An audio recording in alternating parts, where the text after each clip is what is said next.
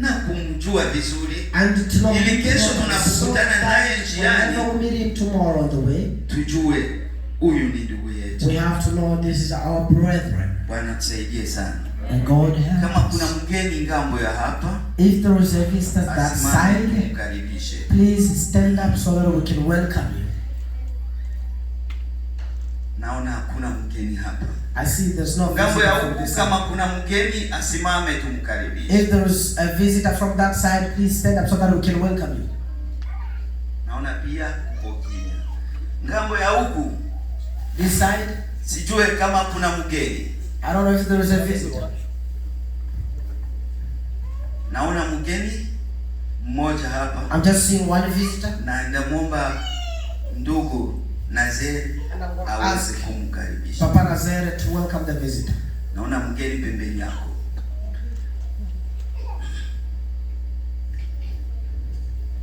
Haleluya. Bwana Yesu asifiwe. Ya, nawaza wageni viko wawili, ni wageni walitembelea kufika hapa kanisani, kuanzia nyumbani kwangu mpaka hapa kanisani. Amen. Kwa hiyo nitamsi mchungaji Alex Pastor asimame,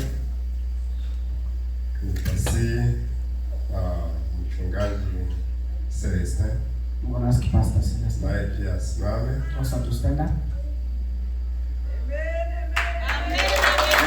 Amen. Ninawaza nitawapatia maike bao peke wapashe kujitambulisha. I'm going to give them the mic so that they can introduce themselves. Asante sana. Thank you so much. Bwana Yesu asifiwe. Amen. Bwana Yesu asifiwe tena. Amen. Kwanza kabisa namshukuru Mungu Firstly, I thank God sababu ni mwema. because He is wonderful. Mimi kuwa mahali hapa For me to be at this place, ni ajili ya upendo wako na nguvu za Mungu. it is by the power and the love of God. Basi bila kuendelea kusema mengi, Without speaking much, mimi ni mchungaji Alex I am Munga. Pastor Alex. Nimekuja natokea Texas I'm coming from Texas. katika mji wa Abilene. It is called Adelaide Street. Mimi ni baba na mama mke wangu mmoja. And he's a father and a husband to one Tuna wife. watoto watano, They have 5 kids or wa children. kike ni wawili na wavulana watatu. 3 are boys and 2 are daughters. Tunampenda We Mungu love God na tunamtumikia Mungu. and we serve God. Basi kwa hiyo kama tumekuja na salamu za wao. And if we have come here, we have come with that greeting. Pokee salamu kabisa. Receive the greetings Usizingatie and take them. kwa muda huu ambao tuko hapa, At this time that we are here, kama vile Nazer ameweza kusema, like the way Papa Nazer has just said, tuko pale, we are here, familia nzuri the good family ambayo imetupokea vizuri. that has received us well. Tumeweza kutembea, We have a walk. tukaona hata na watu wengine, We watu have wazuri even as different people ambao wametupokea tena vizuri. that have received us properly. Basi kwa hiyo Now for that, tunashukuru Mungu kwa kuona leo tumefika kanisani. we thank God that Na tuko we are wote. in the church and we are together. Basi acha tuendelee na hii kazi ni nzuri Let's continue Na with this work. It's kutumikia so good to Mungu. serve God, na tumtafute kwa bidii. and we have to search Him really. Asanteni sana. Thank you so much.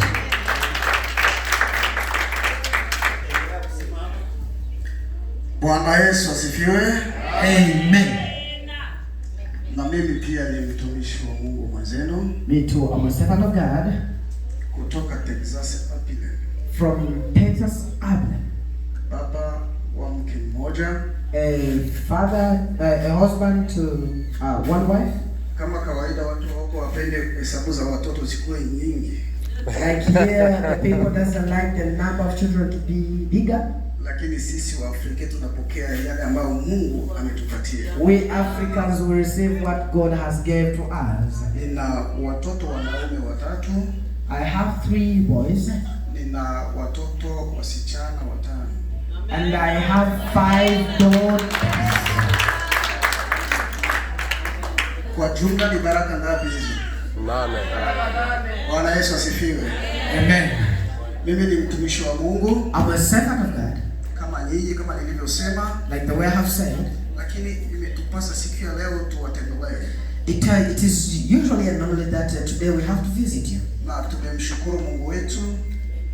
And we thank our God. Kwa sababu tulimuomba tufike mahali hapa. Because we prayed to him so that we can be here. Kwa neema yake akatujalia. By his grace he granted us that moment.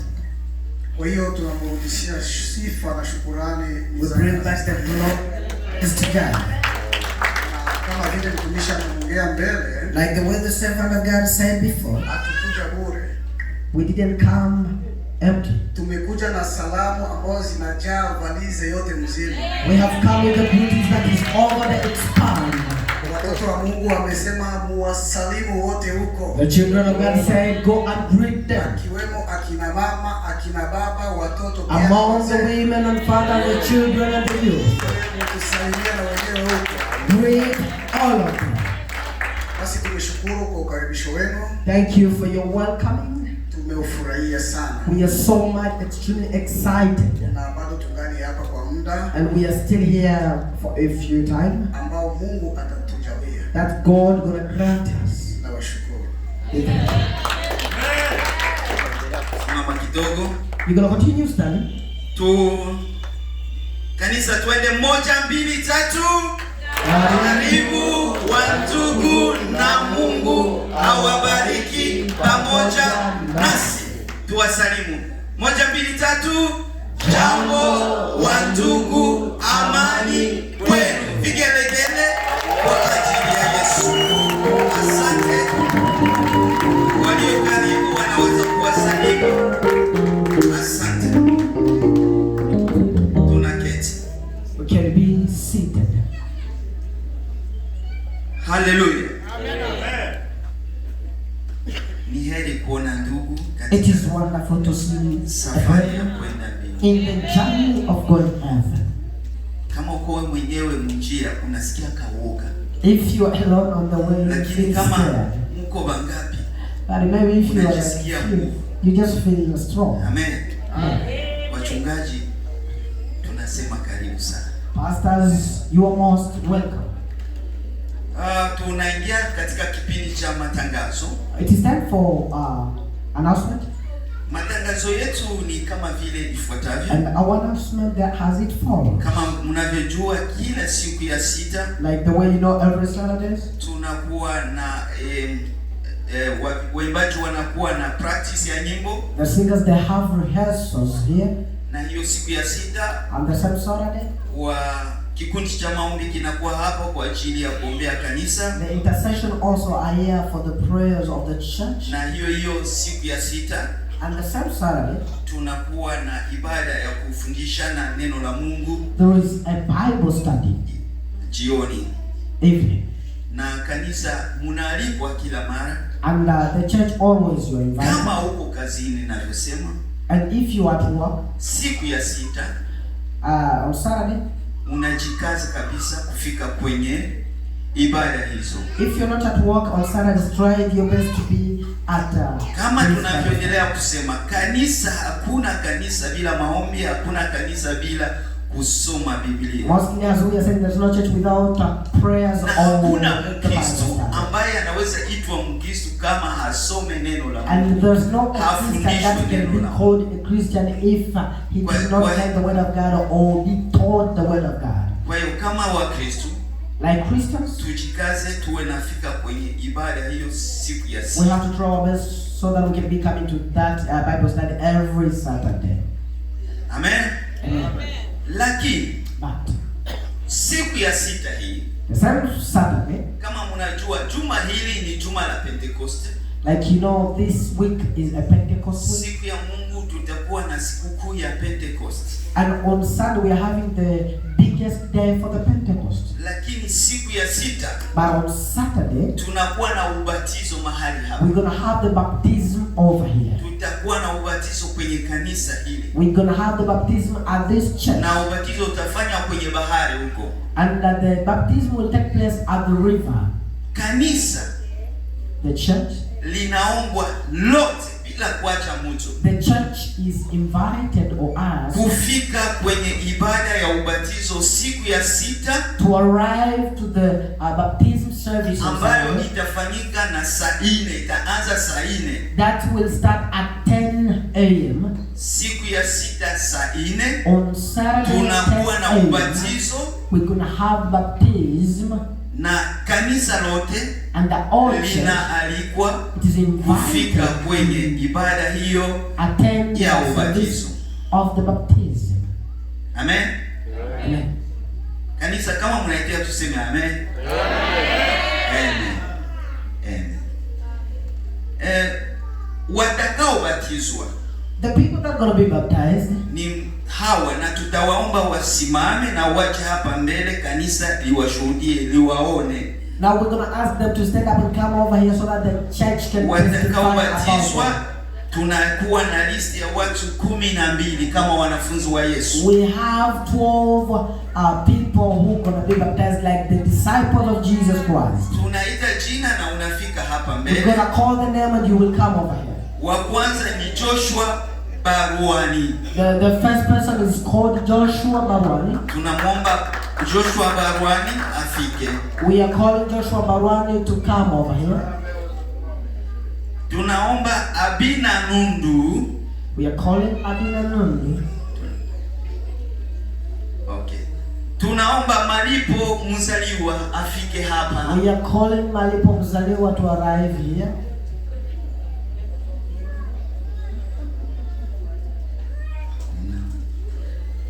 Safari Mombwa. Safari Mombwa. Safari Mombwa. Karibu baba. Karibu papa. Tunaomba Esther Lutende afike We are hapa. calling Esther Lutende.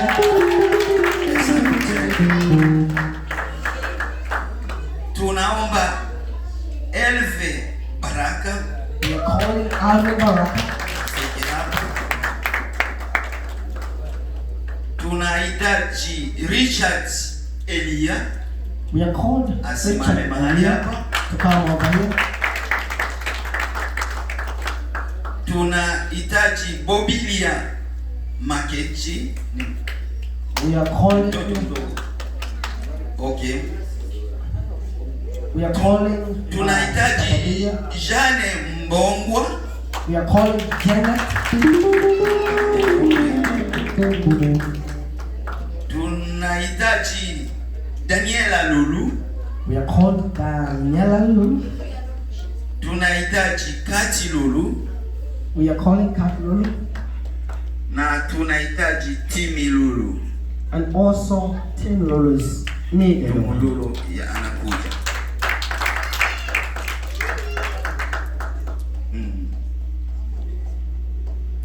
Ubarikiwe sana.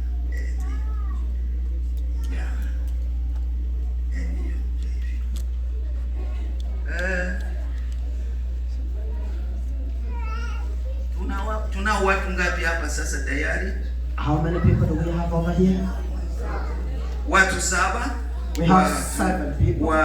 Watu 5 wamezuiliwa labda. Maybe other 4 people. Labda They wakufika are not leo. available. They Lakini didn't come. mwajulishe tunawahitaji siku ya 6. But just let them know that Wasichelewe we need tena them siku ya on 6, Saturday. wasikusema hatukubabatiza na chatakuwa wakufika. They should not come and Kanisa tunaona ambao wanaongezeka kwa kanisa letu siku ya 6. we are seeing the people that has been added among us on Sana la Sunday. kusema juu I don't know if the pastor has something to say. kanisa tuseme nini? Tuwakaribishe deja. Tuseme 1 2. Karibu wandugu, na Mungu awabariki pamoja nasi. Asante, murudi mahali penu. Go to your place.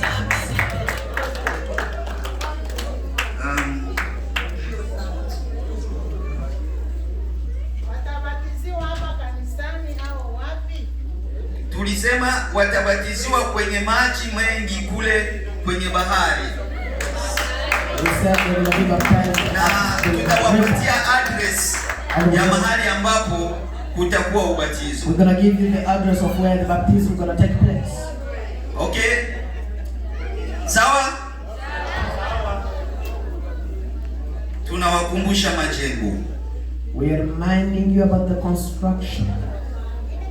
Tuliahidi. We promised. Ile siku tuliahidi kwamba kila mtu atatoa hiki na hiki, kila mtu alisema mwenyewe.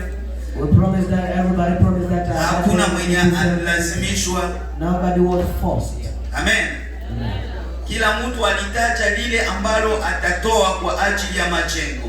Everybody said whatever he gonna give for the construction. Na sio kwamba ungoje wakati tutatangaza ulete. And don't wait until we announce that bring. Lakini muda ni huu. This is the proper time. Kama uliahidi kitu, and if you have promised something, na uko nacho sasa hivi, and you have it right now, muone Baba Manase. Please, you can see Papa Adolf. Papa Adolf. Yes. Kama umuone Papa Adolf, muone Papa Naze. You can also see Papa Naze. Na ufikishe mzigo wako. And please bring the package. Na Mungu atakubariki. And God is going to bless you. Amen. Sijue mnapendana kisi tunakimbia kanisa. Ona leo tumekata vipindi vimoja kwa sababu ya kusema tupate muda tusikamate muda kusudi wengine watakuja nyuma yetu wasihangaike. Tumekata leo. We are trying to do very quickly because we are mnavifurahia hivi? Are you happy with that? Inafaa tuwe na yetu kanisa. Tutakuwa tunalala pale, tunakaa muda wowote tunatoka.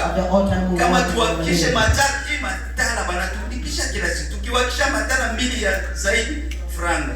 Hapa nyuma nililipa $80 juu ya matala hii mnaona hapa mbele yetu hapa.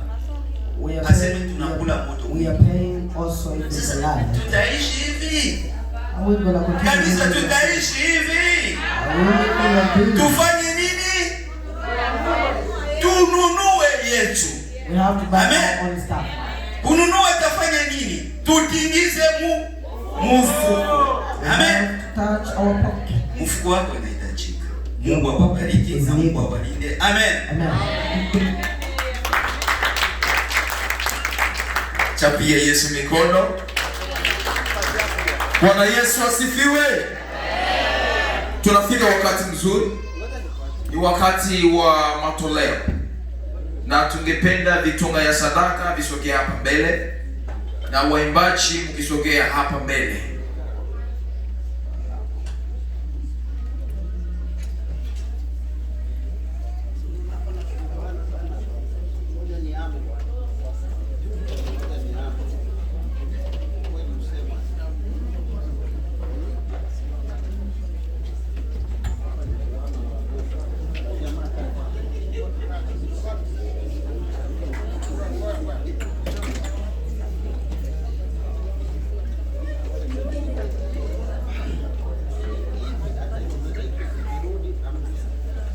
Tutakuwa tuko natoa na tuko naingia moja kwa moja katika kipindi ya kumsifu Mungu na kumwabudu. Tayarisha sadaka zako, utakuwa unatoa na unachezea Bwana.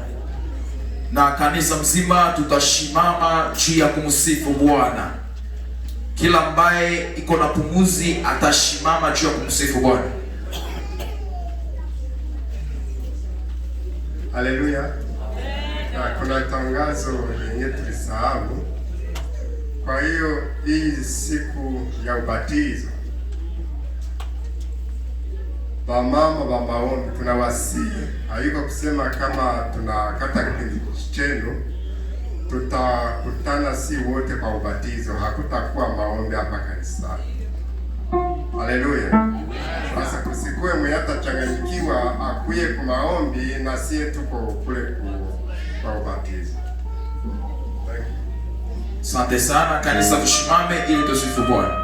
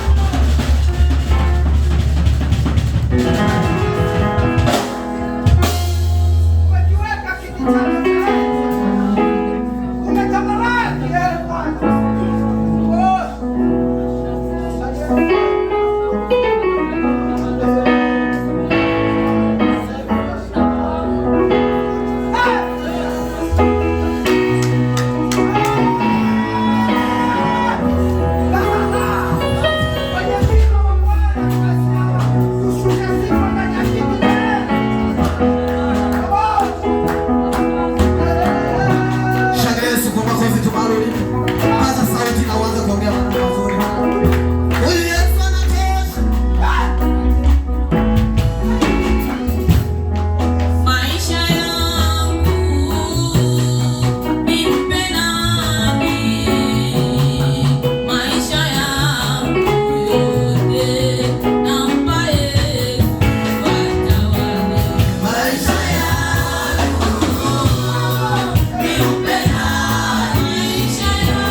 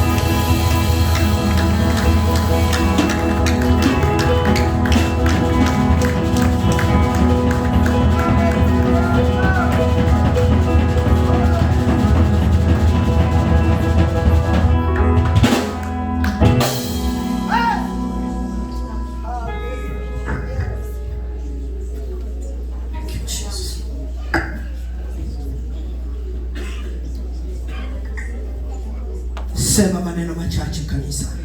Just speak something. Sema maneno machache mahali. Just speak something wherever you are. Tamka maneno machache. Speak just little words. Kwa sababu ya familia yako, because of your family, kwa sababu ya kazi yako, because of kwa sababu ya elimu yako, because of your. Sema maneno machache. Just speak something. Biblia inasema ya Bible says, huyu Mungu wetu anaishi ndani ya sifa za watakatifu. Na wakati tunapeleka sifa kwenda juu, utukufu wake unashuka chini. Kama hujasikia kitu, ni kwa sababu haukuwa connected. Wakati sifa zinapigwa, utakuwa unafikiria fridge. Wakati sifa zinapigwa, ujue ya kwamba tumesimama kwenye mlima wa Bwana. Tunashusha sifa na mabudu ndani ya kiti cha enzi cha Bwana. Shetani alifanya kazi nzuri by the way. Wakati alikuwa Lucifer, Biblia inasema alikuwa anasimama kwenye mlima wa Bwana akishusha sifa na mabudu kwenye kiti cha enzi. Lakini alipoendelea kusifu, alipoendelea kuabudu, kiburi kikampanda. Na kiburi kilipompanda, akashushwa duniani. Na hiyo mimi na wewe, hiyo tunasimama ile nafasi pengu ambayo Lucifer aliacha. Tunasimama kuungana na wale wazee 24. Hapige makofi for truth.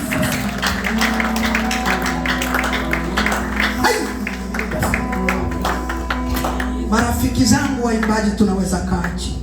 The singers who can be seated. Unafanya kazi nzuri sana. You have done the great job. Viongozi, Mungu awabariki sana. The leaders, may God bless you. Mabinti, mnapendeza sana. The ladies, you are looking good. Wakati mnatoka mshike hata mafoto mpost. The time you are leaving this place, just even have the pictures and post. Ili shetani aone wivu vile Dimashi. So that the devil can feel hungry about how you look on Sunday. Angeshangiliwa tena mara moja. Let's celebrate Adonai. Mungu wetu ni mwema sana. Our God is wonderful. Mungu wetu anapendeza sana. Our God look good. Acha niongee jambo kidogo. Let me just speak. Labda litakusaidia pia wewe uliye mahali. Maybe to help you over here. Katika ulimwengu wa Ukristo, in the realm of Christian, ukienda katika miji ya Afrika, if you go in African street, kuna mji ambao unaitwa Nigeria. There's a place that is called Nigeria. Na kuna nchi ambayo inaitwa Ghana.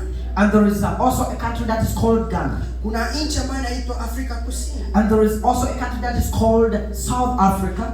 Hao watu, these people, ama hizo nchi, of those countries, zimetambua kitu kimoja. They have discovered one thing. Walijua kumsifu Mungu. They knew how to praise God.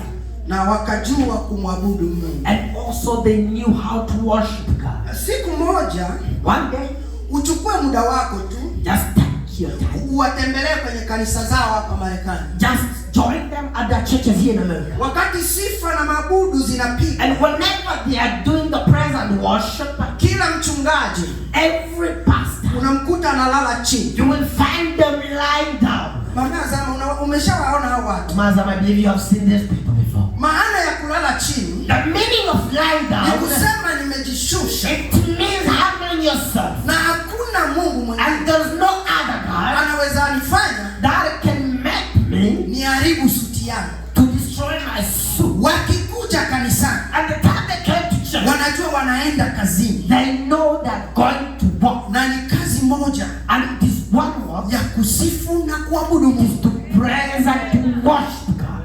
Usikuje umetakata. Don't just come you are smart. Unarudia umetakata. You go home you are smart. Hata jasho hazija kutoka. You know, even you haven't even sweat. Tutoe kanisa letu katika hali ya dini. No, we need to take out our church in the way of denomination. Ndani ya doctrine. In those doctrine, ya kwamba mchungaji aweze cheza. That the pastor can dance. Ni mtu wa kukaa namna hii. He's somebody to sit like that. Who told you that? Nani alikwambia hivyo? Nani amekufundisha hayo? Taught you that? Umeyatoa Where did you ya kwamba mama wa kanisa that the women in the church akicheza anajishusha heshima? that whenever the Nani amefundisha hayo? who taught you? Na umeyatoa wapi? And where did you? Angalia David. You have to see David. Mungu anamuita God called him rafiki wa moyo wangu. the friend of my heart. Kila mmoja wetu hapa Each and every person of anahubiri Zaburi, they preach psalms, lakini hatuishi Zaburi. but we don't live psalms. Acha nirudie tena, Let me repeat to say, kila mmoja wetu each and every person of us anahubiri Zaburi. that preach about psalms. Apige makofi, Let's clap hands for them. apige makofi ya Let's juu. clap hands for Jesus. Tunahubiri Zaburi, We preach the psalm, lakini hatuishi but Zaburi. we don't live the psalm. Siku moja David akaamua One day David ya decided, kwamba he nitamchezea said, Bwana. I'm gonna dance for Biblia God. The inasema Bible says alipoanza the kucheza time he started dancing, nguo zimeanguka. the clothes were falling down. Inamaanisha nini? It means what? Nikufungulie siku ya leo. Let me open the secret. Acha nikufungulie siku. Let me open to you today. Wakati alikuwa anasifu Mungu, The time he was praising God, David anasema David said, anajua mahali Mungu anaishi he knows the place where God ni dwells. ndani ya sifa ya It watakatifu. is in the presence of the Kwa Holy hiyo One. wakati alikuwa anasifu At the Bwana, time he was praising God, David maisha yake his life haikufikiria dunia. did not think about the world. Alipanda moja kwa moja kiroho. He went very far in the Akakuwa spirit. na Mungu ndani ya And he maongezi. was with God in the spirit. Wakati uko ndani ya kiroho, At the time you were in the spirit, chochote kinachoendelea katika ulimwengu wa mwili everything that is going on in the flesh, hautakumbuka you kama. are not going to Kwa remember. hiyo alipopanda At kiroho, the time he went higher in the akaanza spirit, kuongea na he Mungu. was speaking with God. Kumbe manguo ilianguka. Without knowing that the cloth David fell hakuwa down. pale tena. David was not Alikuwa there. ameshapanda He mbinguni was with God ndani ya sifa, in the akiwa presence. anaongea na He Mungu was talking to ndani God ya kiti cha enzi. in the throne of God. Mungu anamwambia, And God was telling David, me, unanifurahisha. David, you are pleasing me. Kilichoshangaza, What was surprising? mke wa Pastor David, The wife to David. kilichoshangaza, Surprisingly, mke wa Pastor David, the wife of David. David anapanda kiroho, David went high in the spirit. mke wake anaangalia mwili. The wife was looking the flesh. Kanisa hamjanielewa. The church, you haven't Kama understood. naongea kiroho mpaka upande na mie ndio uelewe. Whenever I'm speaking about the spirit, you have to go the same Mke level. wake anaangalia mwili. And now the wife was seeing the flesh. Kanisa mzima inaona mwili. And the whole church is seeing the flesh. Inasema mfalme gani He huyu? said, what kind of a king Ambaye is this anabakia uchi mbele ya that watu. can stand naked in the public? Kumbe Mungu amesikia. And God had that. Mungu amesikia. And God had them. Akaambia, wewe mwanamke unasema He nini? said, you woman, what are you saying? Nilikuwa na kikao na David. I had the meeting with David. Apige makofi Let's hata. clap hands for them now. Yes. Nilikuwa na kikao na I David. had the meeting with David. Katika ulimwengu wa mwili, Now in the flesh, in the realm of the flesh, David hakukuwa huko. David was not there. Nilikuwa naye na kikao mbinguni. I was in the meeting in heaven. Unacheka kipenzi cha moyo wangu. You are laughing at the love of my heart. Mungu akasema, wewe mwanamke haucheke David, unanicheka mimi. And God said, you woman, you are not laughing at David, you are laughing at me. Na ulikuwa unatafuta mtoto. And you were looking for a kid. Hautazaaka tena. You will never give birth. Msome Biblia ndugu zangu. Read the Bible. Yes. Hautazaaka tena. You will not going to give birth. Ndani ya Biblia, In the Bible, wale wote ambao unasikia waliitwa watasa. all the people you hear, they were what is watasa? Hiyo. Wote walizaha. All of them, they gave birth.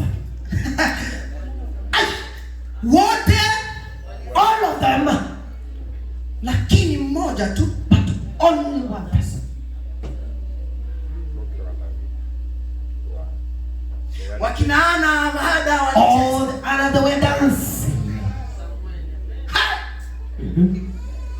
Lakini huyu mama But this akasema milele hautazaa. said, forever you are not going to give birth. Kwa hiyo ukiona mtu anacheza hapa, And whenever you see someone is dancing, mwachie just nafasi. leave the place for that person. Mwachie nafasi.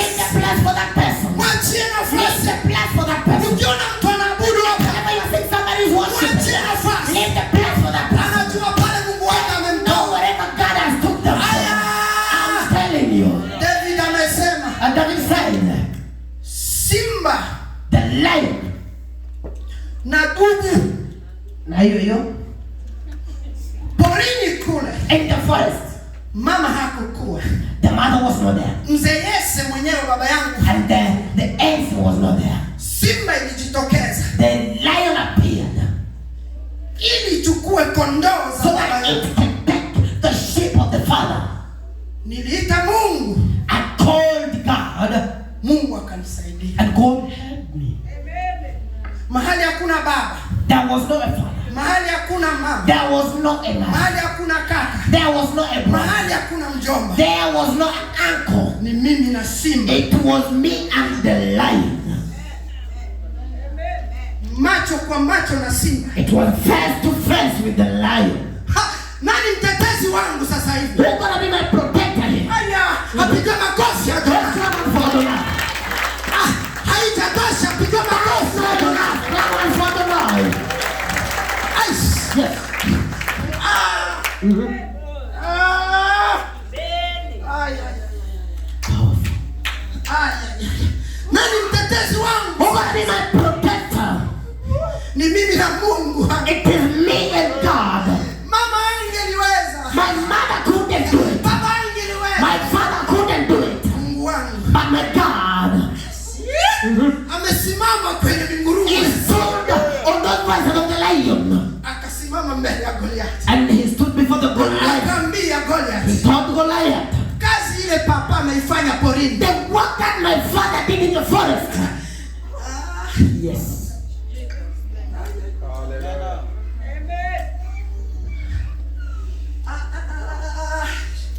Napiga makofi tena. Let's clap for Adonai.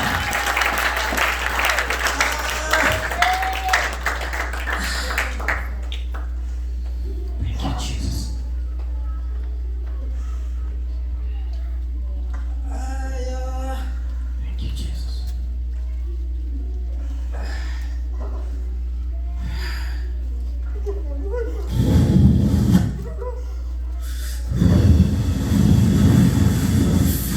Thank you, Jesus. Thank you, Jesus.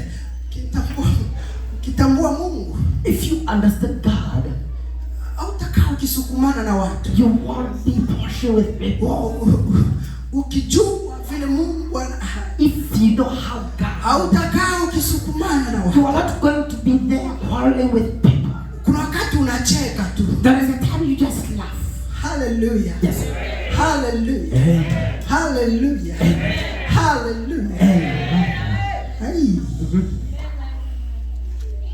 Goliathi, Goliath, nilifanya kazi kule. he said, I did the job over there. Ilikuwa practice. That was practice or Ilikuwa rehearsal. mazoezi That was the rehearsal ya kuja kufanya hii kazi. to come and do this job. Kwa hiyo For that, zile formula all those formulas ambazo nimetumia that I have used kumaliza simba kule porini to finish the lion in the forest, ndio nitazitumia siku ya leo I'm gonna use them today kukuangusha wewe Goliath. to make you fall, Goliath. Ulimwengu mzima ukacheka, And all the world and laughed. maadui wakacheka, And the enemies were laughing. kiongozi wake mwenyewe Saulo akacheka, And even Saul was laughing too. marafiki zake The wakacheka, friend, they were laughing. wakasema angalau ungeangalia miaka yako. They said, instead you could just even see your age. Akasema hii vitu haviende na miaka, He said, this matter is not about age. vinaenda na It relationship, is about relationship. vinaenda na mahusiano It yangu is na Mungu. about the relationship between Vile you and God. mahusiano yako The makubwa, way your relationship is, kazi imekwisha, the job has been done. kazi imekwisha. The job is complete. Ningehitaji kila mmoja ndani ya kanisa I could wish each and every person in this church. tusimame tena mara moja. Let's stand up again. Hata kama unaumwa simama. No matter what you was, just stand up. Vyovyote ulivyo, kusiwe mtu wa kubaki. Please, nobody should stay sitting down.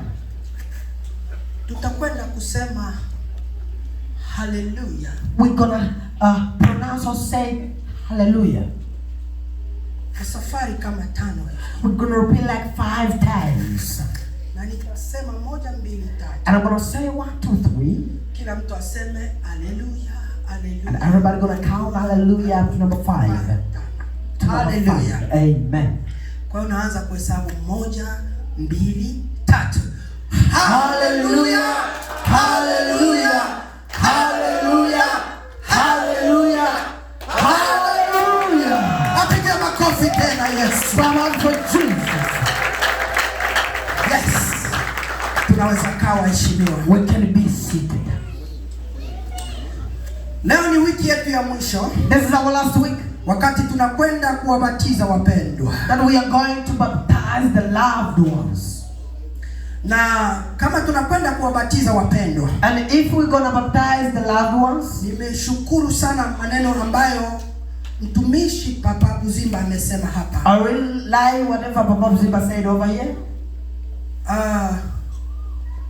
Namtaka majina mengi mchungaji wetu. I call him a lot of names, pastors. Professor wetu ni prefect. Professor.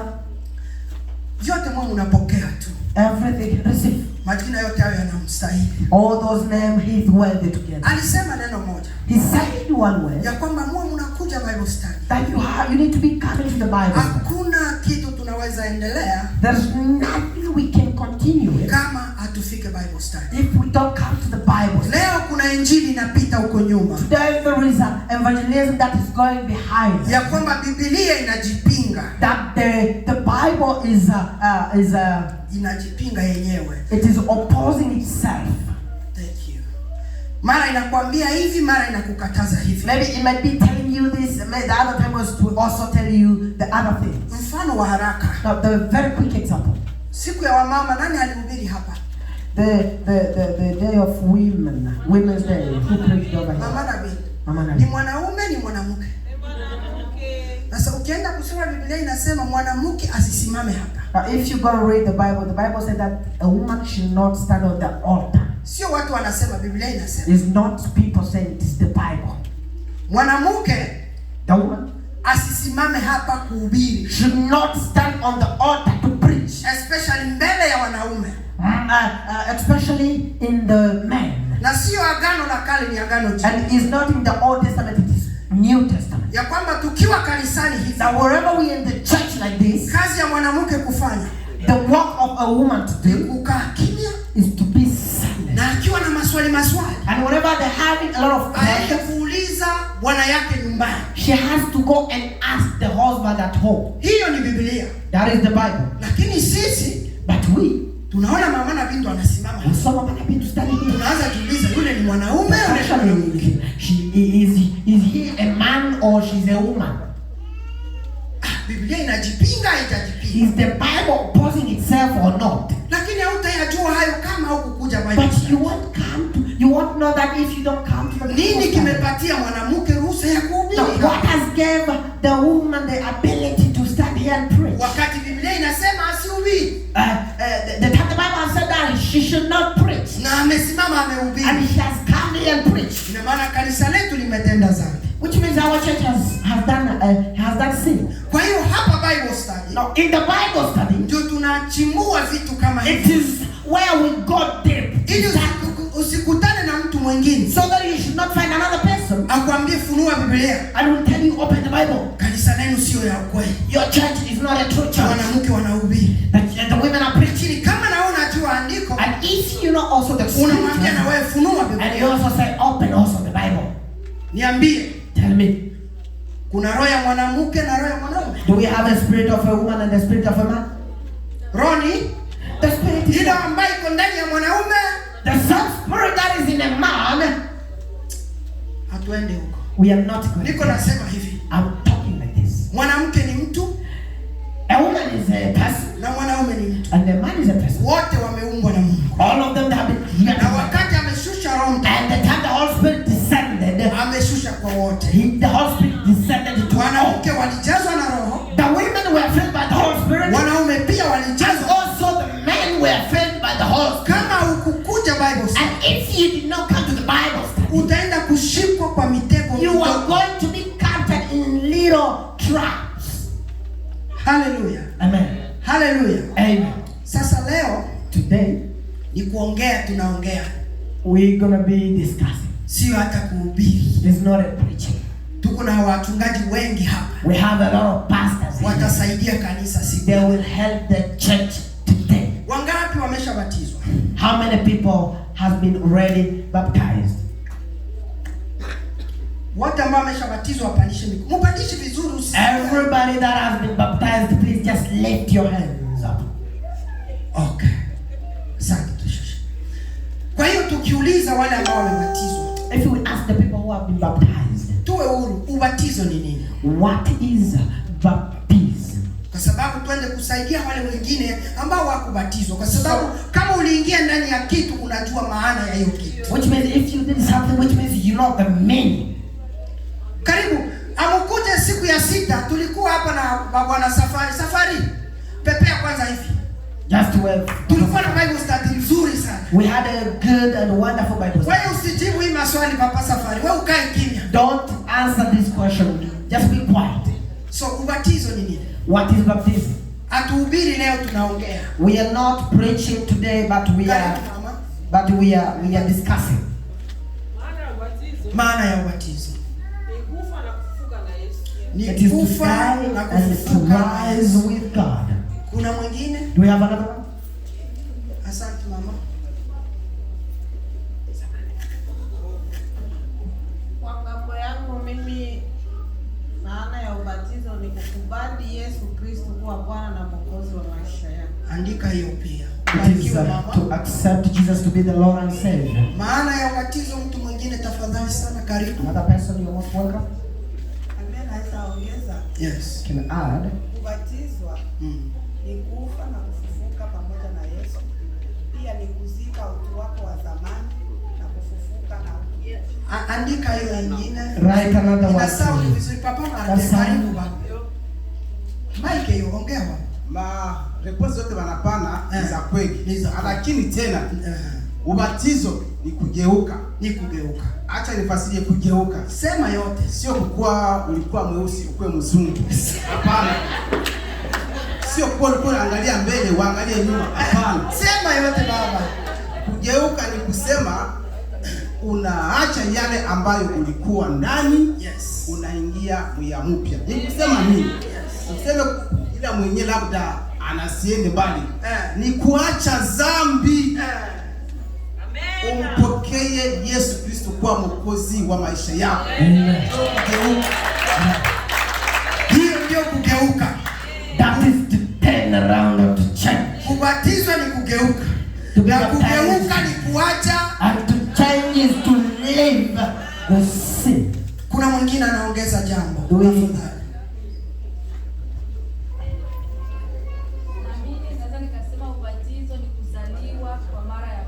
And I can say that is to be born for the second time. Ni kuzaliwa kwa mara ya pili. It is to be born for the second time. Ubatizo.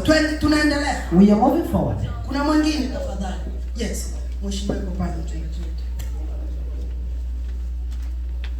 Kwangu nasema kubatizwa ni kupata identity ingine ya upya. It is to have a new identity. Bwana Yesu asifiwe. Wale ambao hamuja batizwa, the people that you are not yet baptized, wewe unasikia hiyo. You have to be understanding. Ina maana kama hujabatizwa, because if you are not yet baptized, hauna identity ya Mungu. You don't have the new identity. Si niko naenda mule mmesema, sio mimi nimesema. Kile wale ambao wamekutangulia kubatizwa, the people who went ahead baptized, kwa sababu ukiwa ndani ya safari, because whenever you in the journey, unauliza mwenye kwa mbele yako, you ask who is in the front of you. Sasa wenyewe wametutangulia ni hawa. Now the people who are ahead of us, wanasema ubatizo, they said that baptism ni kuzaliwa mara ya pili. It is to be born for the second time. Ni kupata identity ingine. Is to have a new identity. Ni kugeuka. It is to turn around or to change. Na kugeuka ni kuacha dhambi. And to change is to leave the sin. Ni kuamini Bwana Yesu kuwa Bwana na Mwokozi wa maisha. To believe Jesus to be the Lord and Savior. Mama Sifa, nimepotea kabisa. Ni kuzika utu wa kale na kuingia katika utu upya. It is to bury your evil deed or the bad or the old deed and get the new. Wale ambao mlikuwa mtabatizwa, the people that you were not yet baptized, ndio vitu mlikuwa mnamisi hivi vinaongelewa. These are the things you were missing. Kuna mwingine wa kuongeza kingine. There is somebody who want to ask sana. Bwana Yesu asifiwe. Amen. Mchungaji anaongelea mambo matamu sana. Sema yote papa. Yaani ubatizo ni kitu kikubwa sana ndani ya maisha ya Kristo. Amen. Amen. Kwanza, ubatizo is a command from our Lord Jesus. Au ni Kiswahili? Ndio hiyo. Ubatizo ni amri ambao kila muamini yoyote ambao anamwamini Yesu Kristo. This is a command that every believer that believes in Jesus Christ. Yesu aliweka amri. That was a command that is the first command that God. Tunaweza tukakumbuka katika kitabu cha Yohana. We can remember in the book of John. Kulikuwa mazungumzo Yesu pamoja na mtu mmoja mkubwa sana. There was a discussion between Jesus and the other person. Ili niurithi ufalme wa What can I do for me to inherit the kingdom of God? Inabidi ufanye nini? You have to be born for the second mara ya pili, si ndio? Yesu mwenyewe and Jesus alipoanza kazi ilibidi afanye nini wakati alikutana na Yohana mzee? He has to be baptized the time he Kwa nini tusibatizwe wa Kristo? Why we should not be baptized? Kwa hiyo ubatizo ni command kutoka kwa Bwana wetu Yesu Kristo. Now baptism, it is a command from Jesus our Lord Christ. Amen. Amen. Kitu cha pili, the second thing, ubatizo, the baptism, ni kuweka saini. It is to sign. Unaagana na shetani kabisa. It's like you are saying bye bye to the devil. Unamwambia shetani mimi natoka. You said the devil I'm leaving. Naenda kwa Yesu. I'm going to Jesus. So ndio maana mchungaji akaita wale ni wanani watabatizwa waje hapa. And that's why the pastor called the people who are going to be baptized. Wanapokaa hapa mbele ya watu wa Kristo. The time they are standing here in the front of everybody. Kama vile ushuhuda. It is like a wanaagana na ulimwengu. They are saying goodbye to the world. Jamani, sisi tumemchagua Yesu. Said we have chosen Jesus Christ. Kila kitu cha ulimwengu. We have left everything of the world. Zote tumeziacha kabisa. All the sins we have left. Now we are turning to Jesus Christ. Na wakati mchungaji anakuchukua, and the time the pastor gonna take you, unaenda kutumbukizwa kwenye maji mengi. You will go and be put or placed in a lot of water. All your sins, they go deeply in the water. Thank you. And the time you will rise up, you have to be new creator. And that's why we see Jesus after being baptized. Here there is something came over him. Yes, thank you. It means he has accomplished the 3 utakatifu. Asante mchungaji. Asante sana. Thank you so much. Mungu akubariki. Pigia Yesu makofi ya juu. Let's clap for Jesus. Twende katika kitabu cha Mathayo. Let's read in the book of Matthew. Tusimame wakati tunasoma Biblia. Let's stand up whenever we are reading the word of God. Sura ya 3. Mstari wa 13 mpaka 15. Karibu chapter 3, 13. Mathayo 3:13. Matthew 3. Tunasoma katika kitabu ya Mathayo sura yake ya 3:13 kwa jina la Yesu. Karibu. Biblia takatifu inasema, yes. Wakati ule Yesu akatoka Galilaya hata kufika Yordani kwa Yohane abatizwe naye. Lakini Yohane alitaka kumzuiza akisema, mimi ni nani? Mimi ninahitaji kubatizwa nawe. Nawe unakuja kwangu? Swali. Yesu akajibu akamwambia, kubali hivi sasa. Subiri. Mwenye sulinye hapo, kubali hivi sasa. Endelea. Kubali hivi sasa. Sababu subiri. Kila wakati ukisikia Biblia inasema sababu, kwa ajili, kwa malengo, kwa kusudi, usulinye. Juu inataka kupatia rezo ama sababu ya hiyo kitu fulani. Okay, endelea. Sababu hivi imetupasa kutimiza haki yote. Basi akamkubali. Yes. Wakati Yesu alipobatizwa, mara moja alitoka katika maji, na tazama mbingu zikamfunguliwa, na akaona Roho wa Mungu akishuka kama huwa akikuja juu yake. Amen. Bwana Yesu asifiwe. Bwana Yesu asifiwe sana. Amen. Bwana Yesu asifiwe sana. Amen. Tunaenda tena kitabu cha Marko. Let's read the book of Mark.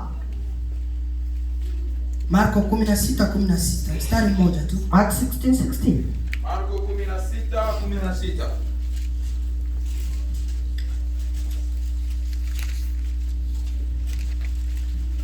Tunasoma kwa jina la Yesu. Soma yote. Biblia takatifu inasema, Yes.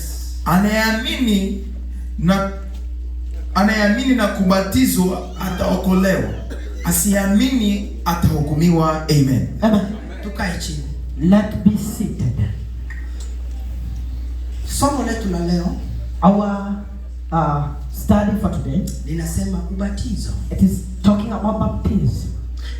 Narudia, somo letu la leo, I'm repeating that our theme today, linasema ubatizo. it is saying baptism. Na tukauliza kanisa mzima, And we asked the whole church, ubatizo ni nini? what is baptism? Wametupatia maana ya ubatizo. They have gave us the meaning of baptism. Na sisi ambao tumebatizwa, Now we who have been baptized, sisi ambao tunasubiri kubatizwa, we who are waiting to be baptized, kila mtu amesikia maana ya ubatizo. everybody has understood the meaning of baptism. Kwa sababu moja, On one reason, ni kitu ngumu sana it is something hard and difficult kuingia ndani ya jambo to go in something na ujue maana ya hiyo jambo. and you don't know the meaning of that thing you are Ni into. vyema kwa kila mmoja wetu It is good for each and every person ambaye ameamini that has believed apate kubatizwa. to be baptized. Kwa nini tumeanza hapa? Why did we start from here? Kwa sababu ni mwanzo wa Yesu. Because that was the beginning of Jesus. Yesu ndiyo kielelezo cha kanisa. Jesus is the example of the church. Lakini Yohana, But John, alipomwona, after seeing Jesus, mimi napenda kuongea mambo ya kiroho sana. I like speaking spiritual things. Yohana alipomwona, After John seeing Jesus, wakati Yesu anapita katikati ya watu, the time Jesus was passing among the people, Yohana hakumuona kwa nguo zake. John didn't see the clothes. Alitoa definition ya Yesu katika ulimwengu wa kiroho. John gave the definition of Jesus in the spirit realm. Kwa sababu Yohana kabla hajaingia ndani ya tumbo ya mama yake, Before John could appear in the womb of her mom, Elizabeth aliambiwa ya kwamba was told that utazaa mtoto. you're going to give the Na huyu birth. mtoto ambao utakwenda And the kuzaa, son, the child that you're going to give birth atakuwa to, nabii mkubwa sana. going to be a big prophet. Na ataanza kuongea na roho kuanzia tumboni. And he will start speaking to the spirits inside the Hiyo ni womb. unabii wa kuzaliwa kwa Yohana. That was the prophecy for the John's birth. Kwa hiyo wakati Yohana amemwona Yesu, Now, the time John saw Jesus, hakumuona kwa mavazi yake. he didn't see him by his clothes. Alimuona kiroho. He saw him spiritually. Akaona ukuu wa ajabu ambao Yesu iko nao. And he saw the greatness that Jesus had Katika heshima ya kiroho, in the higher respect. akasema siwezi kukugusa wewe. He said, I can touch you. Kwa sababu ninapoangalia kiroho, Because if I can see spiritually, wewe ni mkubwa sana. you are too great. Siwezi kugusa hata kamba za kiato I chako. can't even touch Na the spring of anaposema your kamba za shoe. kiato, And whenever they're talking about the spring of the shoes, sio hivi vyetu. no, this one we are talking. Kiato cha kiroho It is a spiritual na shoe. kamba za kiato ya kiroho. And it is a spring. Siku moja nitakwambia hiyo kiato inamaanisha. And one day I will tell you what that shows me. Siwezi gusa I can't touch kwa sababu naona upako juu yake. because I can see the Holy Spirit is on. Lakini Yesu akasema, And Jesus said, Yohana, nimekusikia John, I have heard you. na umeniona vizuri. Truly you have seen me. Hivyo unavyosema What you are saying, ndio vile nilivyo. that is how I am. Lakini But tuachane, tufunge hiyo ofisi. please let's close that office. Tufanye kwanza hii let's do this, ili tutimize so that we can accomplish mapenzi the will of God. Vyovyote vile ulivyo, Everything that you are, funga kwanza hiyo ofisi. please, you can close that chapter Na also ukubali kubatizwa and accept to be baptized ili utimize so that you can accomplish mapenzi ya Mungu. the will of God. Apigwe makofi ya Adonai. Let's clap hands for Adonai. Najua wewe ni mtu mkubwa sana. I know you are a great person. Najua wewe ni msomi. I know you are Educated. You are educated. Thank you. Na uko na tupesa twako. And truly you have money. Lakini kwa vyote vile ulivyo, Now, the way you are, tuachane, funga kwanza hiyo ofisi. please just close that office for now. Ujishushe Humble yourself na ukubali kubatizwa. and accept to be baptized. Kwa sababu Because kutimiza to accomplish mpango wa Mungu. the plan of God. Najua wewe ni mama. I know you are a mother. Kuna wengine wanasema mimi mama mzima hivi. Other people they comment and say, Watoto wangu tu wanione napigwa mumaji. yeah, my children are just seeing me in the water pool. Mimi baba mzima. Me as a father. Watoto wangu waone tu And nimetumbukizwa my children mumaji. are just seeing me in the water. Yeah. Pastor. Pastor. Mtu aweze enda mbinguni bila kubatizwa. Can somebody go to heaven without being baptized?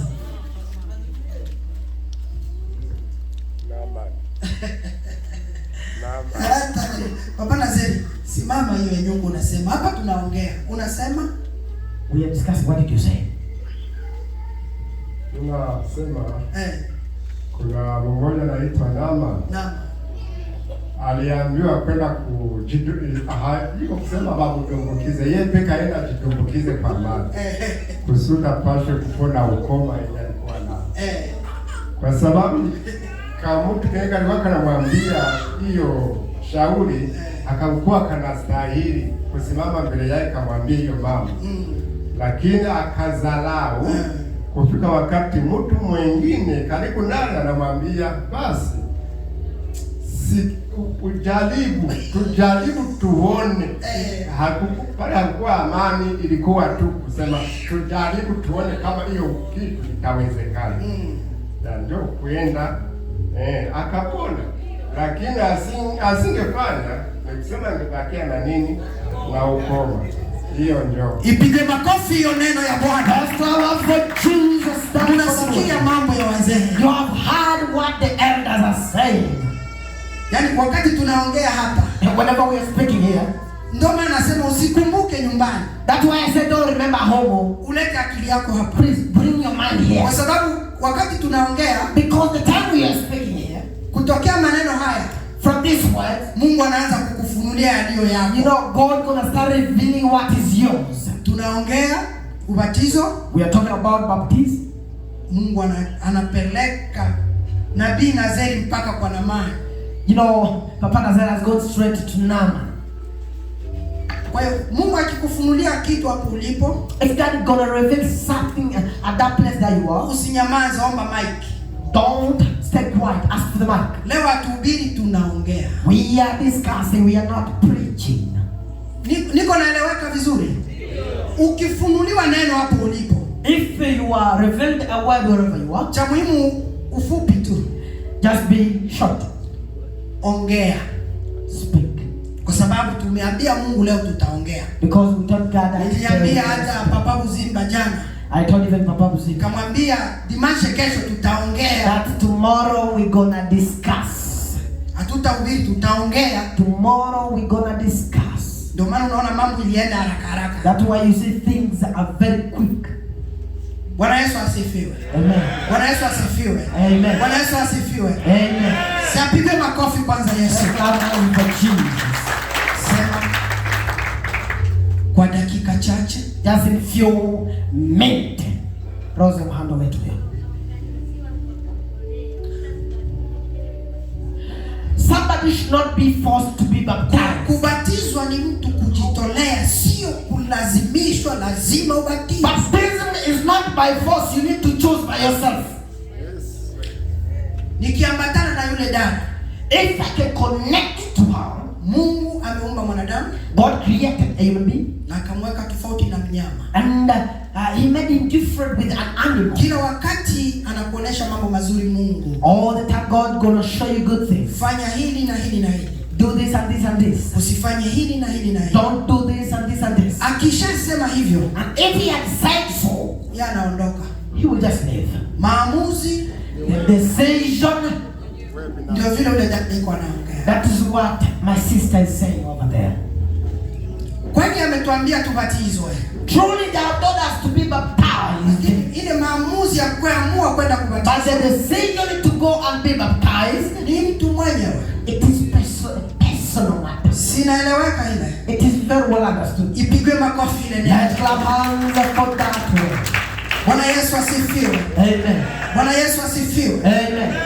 Wowote ambaye amejiandikisha jina lake, everybody that has registered, na anaanza kujisikia kwamba amefanya kitu ya ovyo, and the thing that they have done something bad, ndio nimekuja kuongea naye siku ya leo. I have come to discuss with them today. Ya kwamba maamuzi uliyoyachukua, the decision you have made, sauti ya kwanza uliyoisikia, the first voice you have heard, hiyo ndio ilikuwa sauti ya Mungu. That was the voice of God. Sauti zingine, the other voice, zinazokuja nyuma yako, na kusema unaweza fanya wakati mwingine, you can do the other time. Hiyo sasa naitwa shetani. That is the devil. Kwa sababu sheria imetuambia, the rule has said, enendeni, go, enendeni, go, muambie habari njema, go and tell them the good news. Baada wakiamini habari njema, and if the people believe the good news, cha kufuata, the what follows, ni kuwabatiza, baptized. Mathayo 28:19, mama za Matthew 28:16. 16 or 19? 19. 28 kitabu cha Mathayo. Matthew 28 mstari wa 19. 19.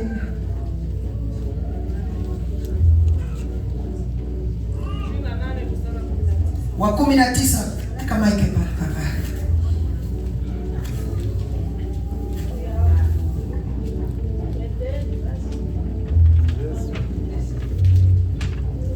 Nani amepata?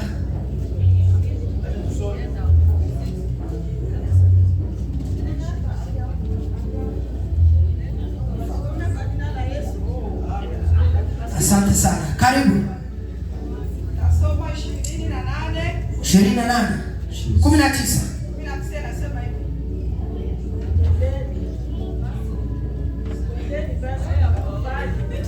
Kama hujapafika, Kwendeni basi mkafanye mataifa yote kuwa wanafunzi, mkiwabatiza kwa jina la Baba na la Mwana na la Roho Mtakatifu. Amen. Amen. Nipige makofi hilo neno la Bwana. Let's clap hands for that the word of God.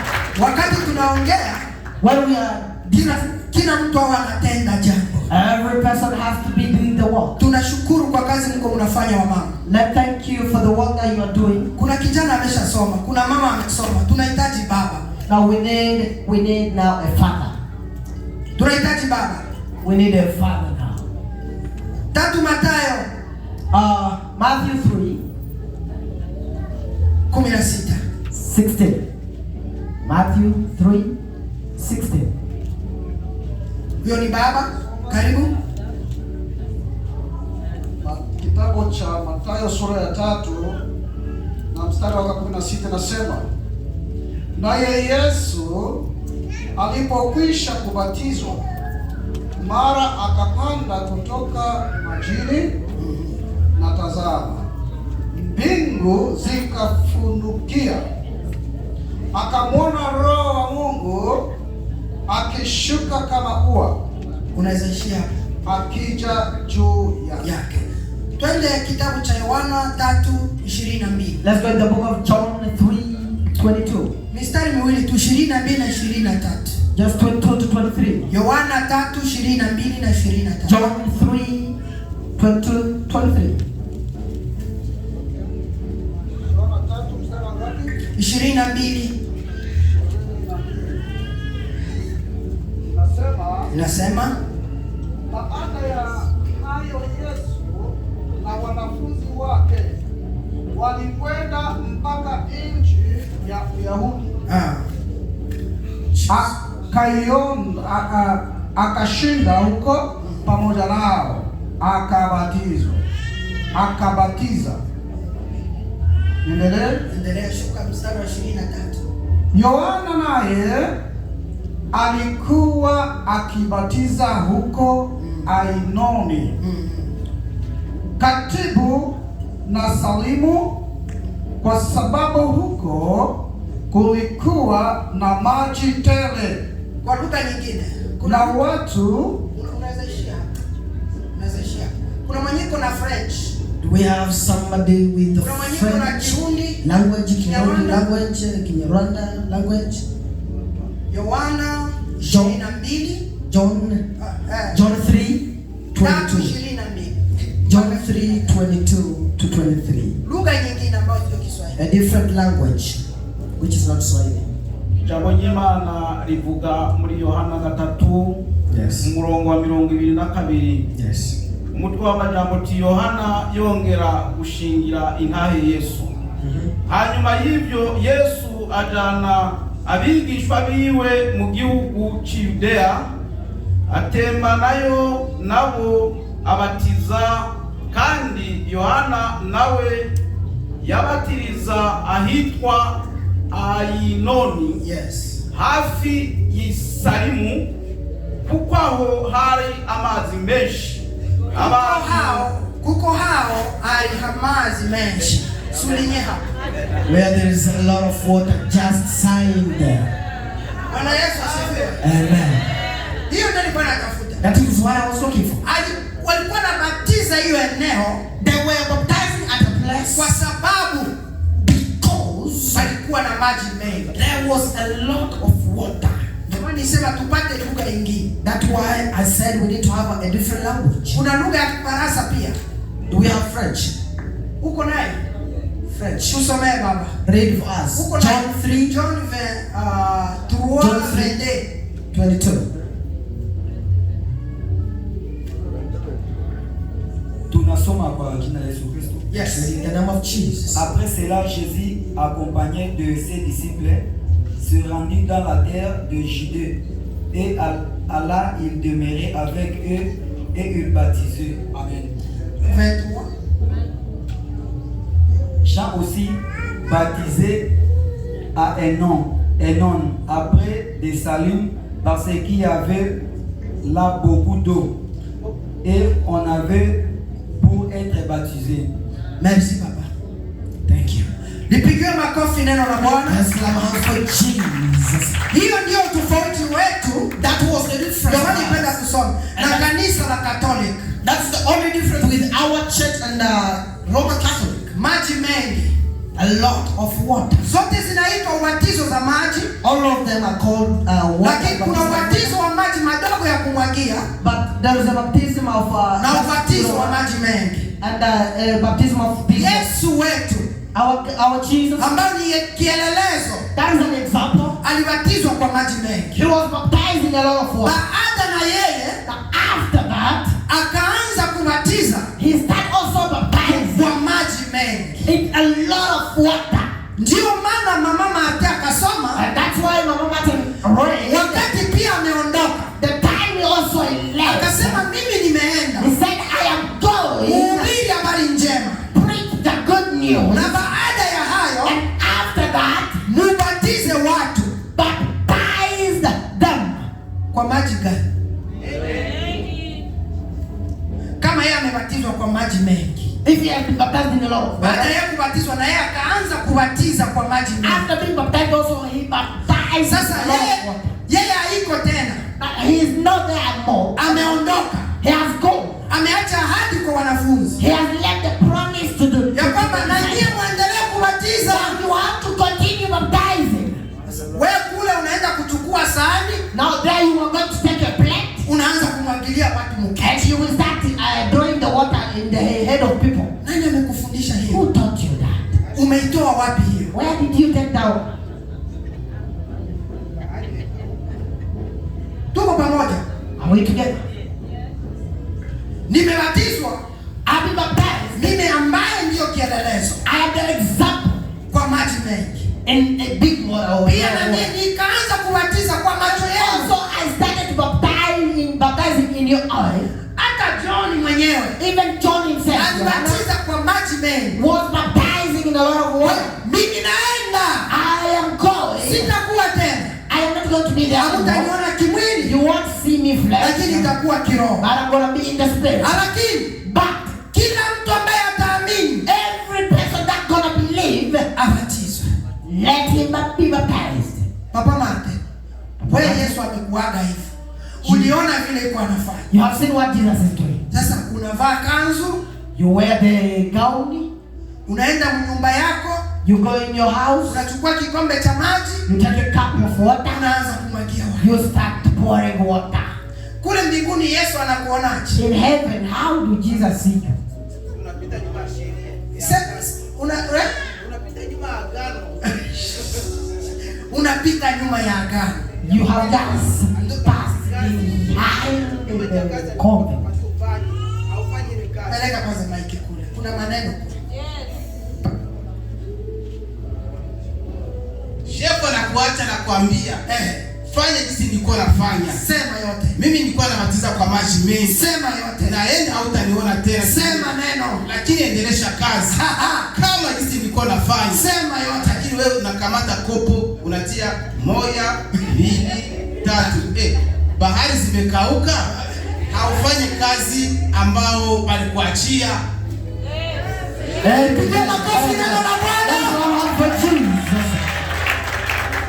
Sasa hivyo ndio vitu vidogo vidogo ndugu zangu. Those are the small ambavyo tuwe tunaeleweshana kama kanisa. That we have to make each and every person to understand as a church. Hao mnawasikia wa Freemason. The people you are listening, they are Freemasons. Wanafanyaka vikao pia. They also do meetings like this. Wanapana model. You know, they will give the wanapana njia ya kutembea. They will give the way of sasa. Hiki ndio kikao cha watakatifu. This is the meeting of the holy ones. Na sisi lazima tuwe tunakutana hapa. We were supposed to meet here. Tunapana njia vile tutatembea. We give the way of how we kwa hiyo mtu akikuomba kichwa chako, if somebody can kumwagie maji hapa juu so that they can pour water on you, ambia jirani usimkubalie.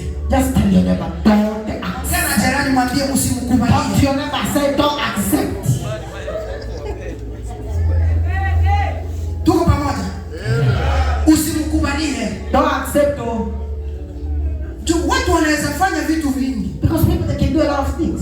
Imetoka wapi hivyo? Where those are coming from? Na unaona mtu anajaribu kudefend, yani kujitetea kwa hiyo people they try to defend themselves. Lakini sio ukweli. But that is not true. Wale ambao wameamua kubatizwa. The people who have believed in being baptized. Tena narudia kwenu. I'm repeating to say. Yule ambaye hajaandikwa. It is a person who is not aongeze jina lake siku ya leo. He has to add his name today. Hata kama tunaanza peleka watu kwa maji. No matter what we are taking people. Ukibandika kidole. If you just lift your hand. Ninakubatiza. I will baptize. Mie si Nena alikwambia mpaka wende kusemina. Who told you have to go to seminar first? Mama si mapatia mama. Mpatie. Mpaka wende kwa mafundisho ya ubatizo ndio ubatizwe. Who told you that you have to go? Mama speak or patie. Hiyo ni kweli kwenda kubatizwa. Okay. Kwa ufundisho. Okay. Lakini kama ukiamini pale unataka kubatizwa, ni lazima na kubatizwa. Tunafundishwa nyuma. Bwana Yesu asifiwe. Amen. Mmemwelewa mama rudi. Did you understand? Mama, can you? Mama has to repeat it. Una mwenyewe kuelewa vile mama amesema. Sema tena mama. Repeat. Tunamaliza. Ni lazima kwenda kubatizwa. Mafundisho sio makosa. Lakini kama mtu kiamini pale pesa mimi nataka nibatiziwe leo. Unapasha ndo kubatizwa na nyuma sio unaendelea na mafundisho. Ubarikiwe sana. Be blessed Lord. Tuko pamoja. We are together. Hivyo wanasema Msai? Ya kuna kidole kule nyuma. Vijana hivyo ndo tunataka. That is what we want vijana. Sema yote baba. Speak whatever you have.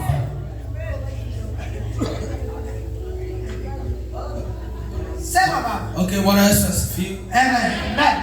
Mimi na swali moja baba. Uliza baba. Question. Uliza baba. si afuata mafundisho hata siku moja. Sema baba. I haven't followed the seminars. Lakini nilisikia hapa kanisani kunapita mafundisho. Yes sir. But I just heard that of the church was mafundisho. Mimi nahitaji kubatizwa takwani. Si ni kukubatiza tu. Is that baptizing? Ndio maana nimeuliza hawa wote. That's why I was asking all ambao wametutangulia. Umetuambia maana ya ubatizo. Na kama ile mafundisho imekuingia, hata ukipenda leo sitasubiri ile siku. Na kupeleka sasa hivi.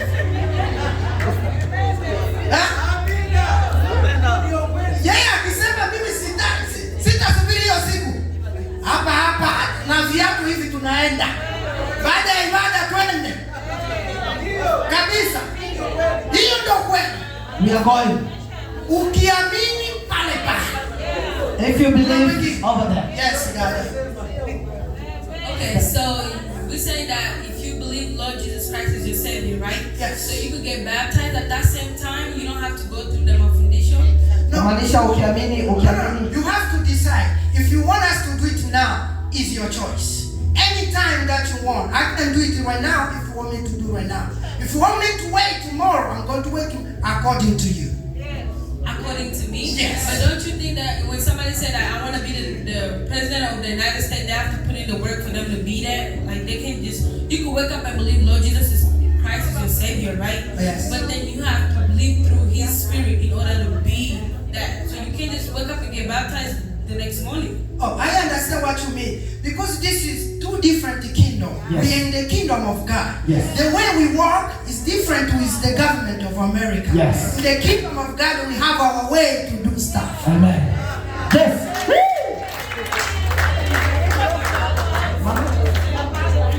Yes. Bwana Yesu asifiwe. Maswali yote na majibu ni mazuri. Na naomba niseme kitu kimoja. Tunapopata waamini wapi? Yes. Whenever we have utaratibu wa kanisa. Yes. Inampendeza Mungu. Lazima mtu kabla hajaingia kwenye ubatizo anafanyiwa sala ya toba. Ndio namba 1. Unapofanyiwa sala ya toba unakiri, kwa sababu Biblia inasema amini na kubatizwa amefanya nini? Na hawezi amini kabla haujatoa na kufanyiwa sala ya toba. Yes. Aya. Rachel, wait for me. Wait. Bwana Yesu asifiwe. Amen. Nataka niongeze kwa enye Pastor Muto anaongea. Juu nilikuwa na njia pamoja. Kabisa. Pastor Muto kwa kusikia kisi tunahubiri hivi anaamua abatiziwe sio mbaya. Lakini mafundisho iko très important juu ya nini? Mtu mwingine anaweza amua tu mwenyewe mfuruko kisi batu banasema babatiziwe naye asema abatiziwe. Kesho atakuja kwa matope. Lazima mafundisho ni mzuri juu papa alituambia ule bosi ule alikuwa na serviteur alikuwa ndani ya safari. Nadhani hata akupata mafundisho sana, lakini alipata mafundisho ndani ya ile safari. Ndio aliamua afanye nini? Abatiziwe. Ile ndio inaweza kuwa njia mzuri ya kusaidia. Bwana Yesu asifiwe. Amen. Twende katika Biblia. Let's go to Mama alikuwa ametusomea, hata nirudie tena. Mama, Biblia inasema ndani ya kitabu cha Mathayo, the Bible picking Matthew sura ya 28 na mstari wa 19. 28 and 19 mpaka 20. up to Biblia inasema, the Bible says, enendeni basi go then kawafanye watu mataifa yote wawe wanafunzi and make all the people to be my disciples, ukiwabatiza kwa jina la by Baba, baptizing them in the name of the Father, na Mwana, the Son, na Roho and the Mtakatifu. Holy Spirit. Wafundisheni. Teach them. Soulignez 20. You have to cite that one. 20. Wafundisheni. Teach them kushika to maagizo yote, to understand all the command niliyowapa, that I have given to you. Cha kwanza ni kuamini. First of all, it is to believe. Cha pili ni kubatizwa. Secondly is to be baptized. Baadaye unaishi ndani ya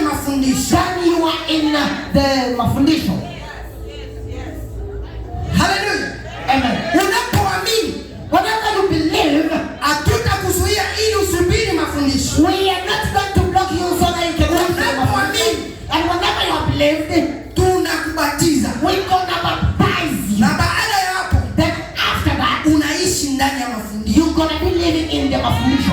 Na hiyo mafundisho and that is haina mwisho mpaka siku Yesu atarudi. It doesn't have the end until Jesus will come. Apige makofi ya Let's clap for the Lord.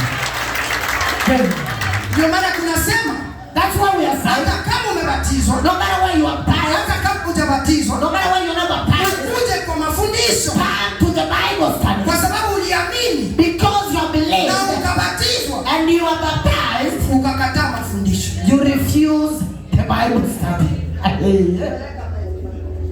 Ndio shida tumepata. That is the problem we have faced. Uliamini tukakubatiza, ukakataa mafundisho. You believed, we baptized you, and you denied the mafundisho. Karibu baba. Bwana Yesu asifiwe. Amen. Hallelujah. Amen. Ndio, leo kuna kazi kubwa. Barikiwa baba. Lakini hiyo ndio umeitwa kufanya pastor. Hallelujah baba. Na ndio maana Biblia imetuambia, enendeni ulimwenguni mkawafanye watu kuwa wanafunzi wangu.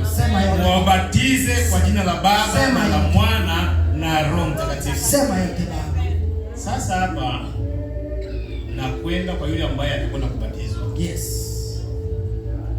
Kuchukua uamuzi wa kubatizwa ni uamuzi mzuri. Asante sana. Kwa sababu unataka utoke kwa hatua hii uende kwa hatua nyingine. Sema yote baba. Kumbuka Biblia imesema mkafanya wanafunzi, si ndio? Kabisa. Unakubali kuwa mwanafunzi wa Yesu. Kumbukeni, mtu akikubali kuwa mwanafunzi kunakuwa na mwalimu manake. Kabisa. Na mwalimu akiwepo hapo, kuna maneno au kuna vitu ambavyo mwalimu atamfunza mwanafunzi. Kabisa.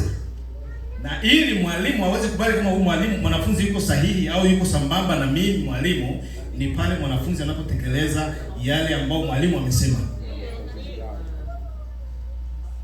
Utakapochukua hatua ile, siku ile unabatizwa, usisahau kama mwalimu wako yupo. Sema yote baba. Na ni yale ambayo kwenye Biblia. Roho Mtakatifu yuko pale. Sema yote baba. Yesu yuko pale. Sema yote. Mungu yuko pale. Sema yote. Na nyingine ambayo naweza kuongezea pale, kuanzia siku hii ya leo watu wengi watajua fulani na fulani atabatizwa siku fulani. Sema yote. Hata wale ambao hawaingii kwenye kanisa hili leo watajua fulani atabatizwa siku fulani. Sema yote baba. Wewe ukishabatizwa ile tarehe ambayo umesema utabatizwa, ufahamu kwamba tokea siku hiyo umekuwa barua ya kusomwa. Sema yote baba. Utaanza kusomwa na kila mtu ambaye alikuwa hakufahamu na ambaye alikuwa hakujali. Ataanza kukusoma tokea siku hii. Tokea siku hiyo. Nyingine ambayo naweza kuongezea, mimi baba yangu na mama yangu walikuwa Wakristo kwa muda mrefu. Mama alikuwa mjamzito, nimezaliwa, alikuwa nipeleka kanisani, nimeanza kuinukia, ikafika hatua na mimi nikaanza kujipeleka mwenyewe kanisani. Ikafika wakati na mimi nikaanza kuimba kwenye kwaya huko Kongo. Lakini Wakristo ndani ya kanisa walifurahiwa na mwenendo ambao nilikuwa nao. Ilipofika siku ya kuchagua wale ambao watabatizwa au wale ambao walifuata ubatizo, na wakataja eti na mimi nibatizwe, mimi nikajibu muda wangu wa kubatizwa haujafika. Lakini nilipoinukia nikafika kwenye miaka 20 na kitu, nilimtokeaga pastor nikamwambia mimi sasa nataka nibatizwe. Na kweli siku hiyo nilikuwa nimeshasikia kama ndani yangu kumeingia kuna kitu kinapelekana na mimi. Nilipoingia, waliponiweka ndani ya maji nikatoka, nilisikia kama si mimi niliyetoka ndani ya maji. Nimesikia kama kulitoka mtu mwingine. Hallelujah. Piga makofi kwa sababu ya neno la Mungu. Waliokuwa marafiki zangu kabla sijabatizwa, nilipobatizwa alikuwa anafanya akiniona hivi hata kuja karibu yangu tena. Wanakuwa wananiogopa. Tuliishi vile mpaka jinsi nilikujaga huku Marekani. Kwa hiyo karibuni nitakwenda kwa barua ya Thank you so much. Bwana Yesu asifiwe sana. Amen. Bwana Yesu asifiwe sana. Amen. Si leo tulikuwa na ibada nzuri. Today we had a wonderful service. Si ibada inapendeza. The service is so good. Tunakwenda kumaliza. We are winding up. Kwa niaba ya baraza, for the elders, subiri kidogo. Kama kuna neno ya baraza hapo, if there is a word for the elders, watabatizwa, karibu Papa Mzima. For those people who are going to be baptized, Papa Mzima, you're most welcome. Kuna neno yoyote? Do you have any word? Hauna neno lingine. So, tangazo ni hili. This is the announcement. Maombi yetu, our prayer, ile tunafanyaka hapa siku ya 6. that we do here every Saturday. Inaitwa maombi ya wamama. It is called the prayer for women. Hiyo inaweza kuwa jina ya maombi ya wamama. That is not the name of the prayer. Maombi ya kanisa. Bora hata maombi ya kanisa. Maombi ya wamama. The prayer of the church. Tukienda kule si wote tupeleke majipe. Jini maombi ya all of us we're going to take the skate because it is the prayer for women. Hiyo jina inatuogopesha hivi. That name is making us scared. Maombi ya wamama. The prayer for women. Ukionekana maombi ya wamama, danger. Tafute jina hiki. Find another name. Haya. Kwa hiyo ile maombi. Now that prayer. Hiyo siku ya 6. On Saturday. Nyie ndio mtatufungia bahari kule. You are the one who gonna close the river for us. Unajua ile mahali tutabatiza watakatifu. The place that we're gonna baptize the holy ones. Lazima mfunge ile nafasi yote. You need to close that place. Sababu wana wa Mungu wakikanyaga mahali, because whenever the children of God has stepped somewhere, inaitwa eneo takatifu saa hiyo hiyo. It is called a holy place at the same moment.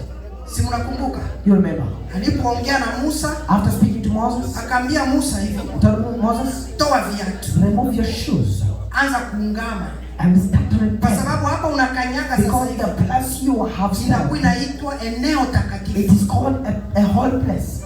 Musa akasema, and Moses said, jana nilikuwa hapa. Yesterday I was here. Nililisha kondoo hapa. I feed my sheep here. Hata kale kambuzi kalikuwa hapa. Even that small goat was here. Jana. Yesterday. Hii ndio eneo mimi nalishaka. This is the place I do feed my sheep and my goat. Imegeuka takatifu na mwana. How this has come holy. Mungu anamwambia. And God said, presence yangu ikishuka mahali, if my presence had descended to a place, hiyo mahali inatakaswa. The place is purified. Kwa hiyo kama tunashuka kwa ile bahari, now if we are going to that place, eneo ile tutazunguka. All that place we're going to surround. Yote tunaifanya kuwa takatifu. We're going to make it to be holy. Hallelujah. Amen. Mpaka wakati tutaondoka. Until the place we're going to left. Ile mamlaka mnayo ya kukanyaga nyoka na nge. You have the ability to step on the snake and the scorpion. Utafunga pale. You're going to close there. Hiyo siku ya 6. On that Saturday. Tuwai mapema. Please let's be on time. Twende mapema. Let's go on time. Unanisikia wa mama? Are you listening to me? Kama nawaambia twende mapema, if I'm saying let's go on time, ni kwenda mapema. It is on time. Juu sio sehemu yetu tu. It is not just our place. Jua likiwaka sana. I'm sorry. Jua likiwaka sana. If the sunset or the sunrise, yani saa 6 tungali kule. By 12 we are still there. Mtaona watu wenyewe wana manguo kule. You will see people who are naked. Tuwai mapema na turudi. Let's go on time so that we can come back home.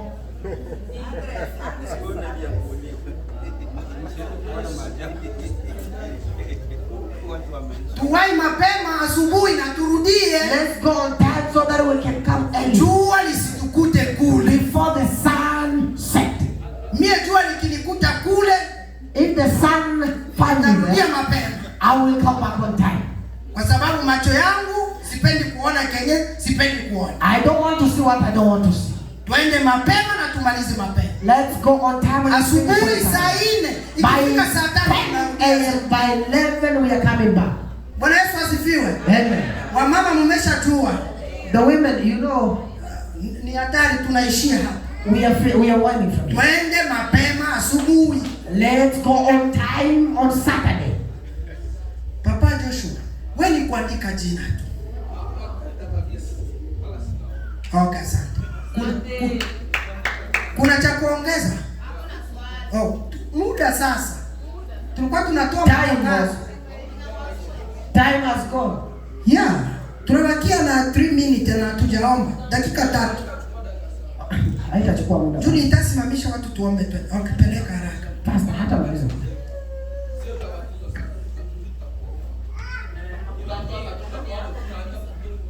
Wote ambao watabatizwa siku ya 5 mimi nakutana nao hapa niwapatie maelekezo. Kuna wale wanatumika asubuhi, wengine wanatumika jioni. Ni vizuri jioni. Wangapi wenyewe watabatizwa wanatumika siku ya 5? Najua hakuna hata mmoja. Hakuna? Hautaenda. Overtime ni kule kubatizwa, ndio overtime yako. So tukutane hapa tuseme saa 9. 3 p.m. Yeah. Tukutane hapa saa 9. Let's meet 3 p.m. Address imekataa.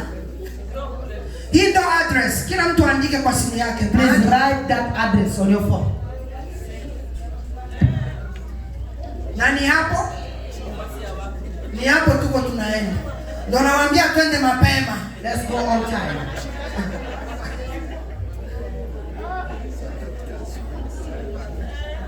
Jamani, mimi nitakuwa kule mida saa 3. I will be there around. Kwa hiyo saa 4 kamili tunaanza ubatizo.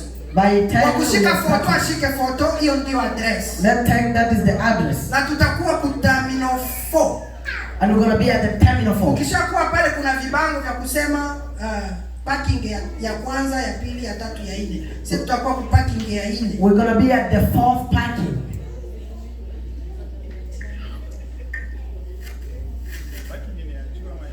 Ni vibao tu wanaandika. Ni njia, ni barabara hivi. Alafu hiyo barabara inakwambia hii ndo parking ya kwanza. Ukienda hapo parking, yani ni barabara inaingia kule maji.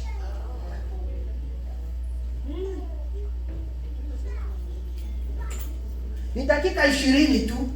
Dakika 20. It's just 20 minutes to get there. 20 tu. Ni kama unaenda Walmart. It's just like you're going to Walmart. Si tunamaliza? Tukutane hapa wote ambao watabatizwa na saa 9 siku ya 5. Let's meet the people who are going to be baptized on Friday by 3 p.m. Tusimame tumalize ibada. Let's stand up and wind up our service.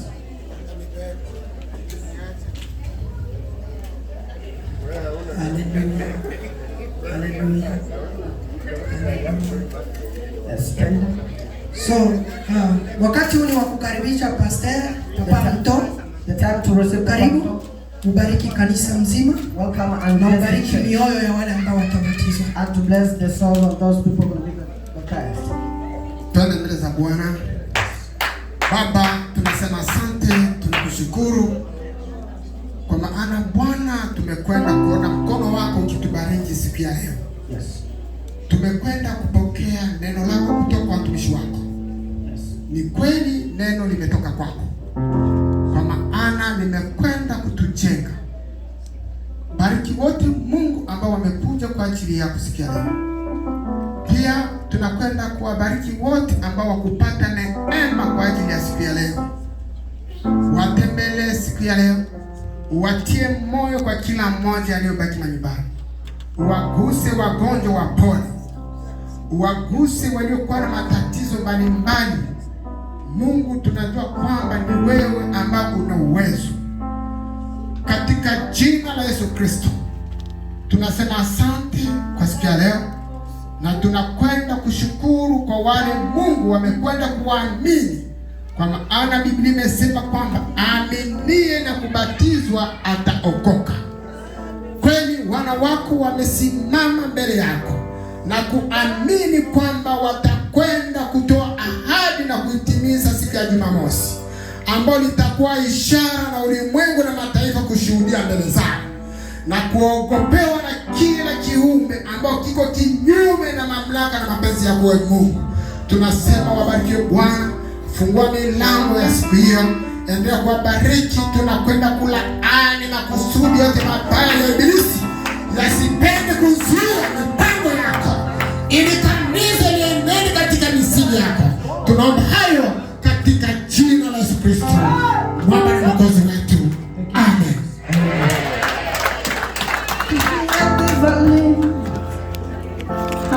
Twende